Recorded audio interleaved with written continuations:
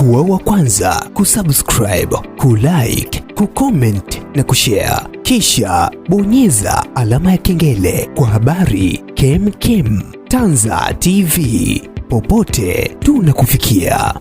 Kwa nafasi ya kipekee sana, nipende kutoa pongezi za dhati kwa shirika la Tanzania Leadership Foundation kwa kushirikiana na Bodi ya Huduma za Maktaba Tanzania kwa maandalizi bora ya kongamano hili linalokwenda kufana.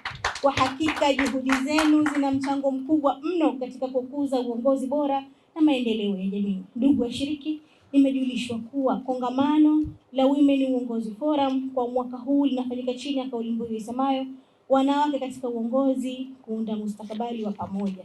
Lakini wenyewe wana msemo wao, wanawake moto moto kama hivyo.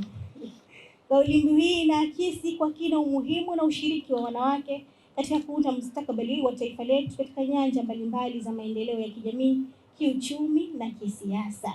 Ni wito wa pamoja wa kuhakikisha kuwa wanawake tunakuwa sehemu ya maamuzi muhimu, sio kwa washiriki wa pembeni, bali kama wadau wakuu wa maendeleo. Ndugu washiriki, nimependezwa kuona kongamano hili limeangazia maeneo makuu muhimu yanayochochea ukuaji wa wanawake katika uongozi na kuchangia kwa kiasi kikubwa maendeleo ya taifa kwa ujumla. Maeneo hayo ni pamoja na uongozi wa kimkakati kwa matokeo makubwa. Katika mazingira ya ushindani na mabadiliko ya haraka, viongozi wanatakiwa kuwa na uwezo wa kufikiri kimkakati, kufanya maamuzi sahihi kwa wakati na kuongozwa kwa matokeo yenye kuacha alama katika jamii. Aidha, tukiwa kama viongozi wanawake, tunapaswa kujijengea uwezo wa kufikiri kwa maono, kusimamia mabadiliko chanya na kuleta ubunifu katika taasisi na jamii tunazoziongoza. Ni kupitia uongozi wa aina hii ndipo tutakapoweza kupata matokeo makubwa na endelevu yenye kuacha alama kwa jamii. 2. Utamaduni wa kujifunza na kujenga viongozi wa kimageuzi. Ni kweli usiopingika kuwa hakuna maendeleo bila kujifunza. Sisi kama viongozi tunapaswa kujenga utamaduni wa kusoma, kujifunza na kujiendeleza wakati wote. Hapa naomba ninukuu kauli maarufu iliyotolewa na Mheshimiwa Harry Truman, Rais wa 33 wa Marekani, ambaye alisema si wasomaji wote ni viongozi, lakini viongozi wote ni wasomaji. Si wasomaji wote ni viongozi, lakini viongozi wote ni wasomaji. Hapa alisisitiza kuwa viongozi lazima wajifunze kila wakati, jambo ambalo mara nyingi hufanywa kupitia utamaduni wa kujifunza kupitia viongozi wengine na kusoma. Kupitia kongamano hili tutaongeza jitihada katika kujibidisha na utamaduni wa kujifunza ili kuongeza chachu ya uongozi wa kimageuzi katika jamii zetu. 3. Wanawake katika uongozi wa kidijitali, fursa pamoja na changamoto. Bila shaka tunakubaliana kuwa dunia sasa inaongozwa na taarifa na teknolojia, na wanawake wanazidi kujitokeza kama wadau muhimu katika matumizi ya majukwaa ya kidijitali.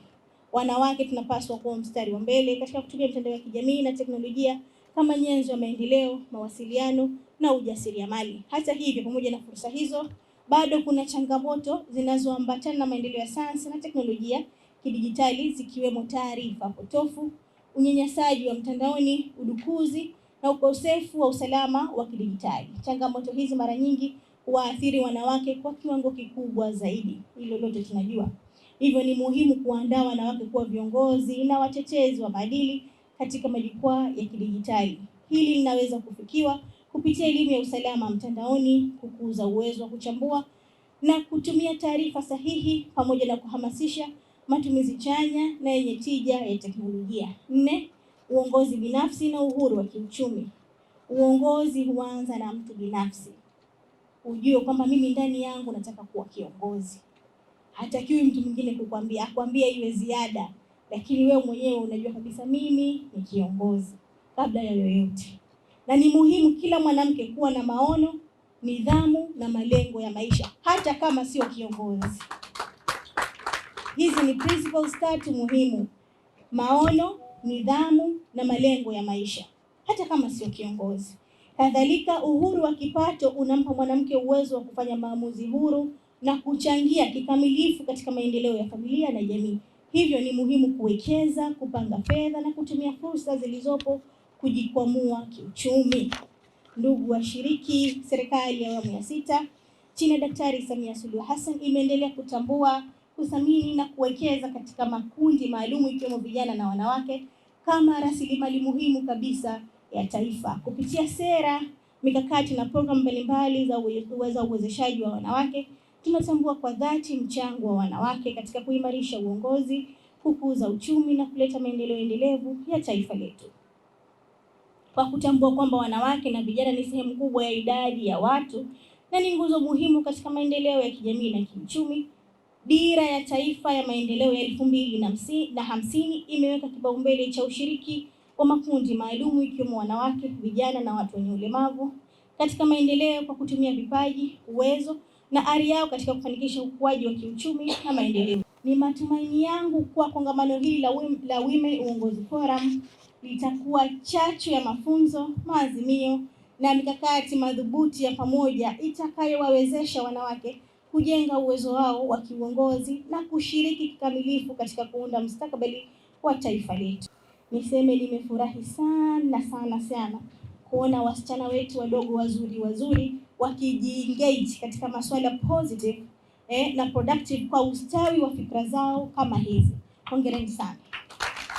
Nimewafurahia sana kuwaona hapa. Sana. Tumezoea kuona watu wazima, si kwa ubaya, lakini tumezoea kuona watu wazima katika sehemu kama hizi.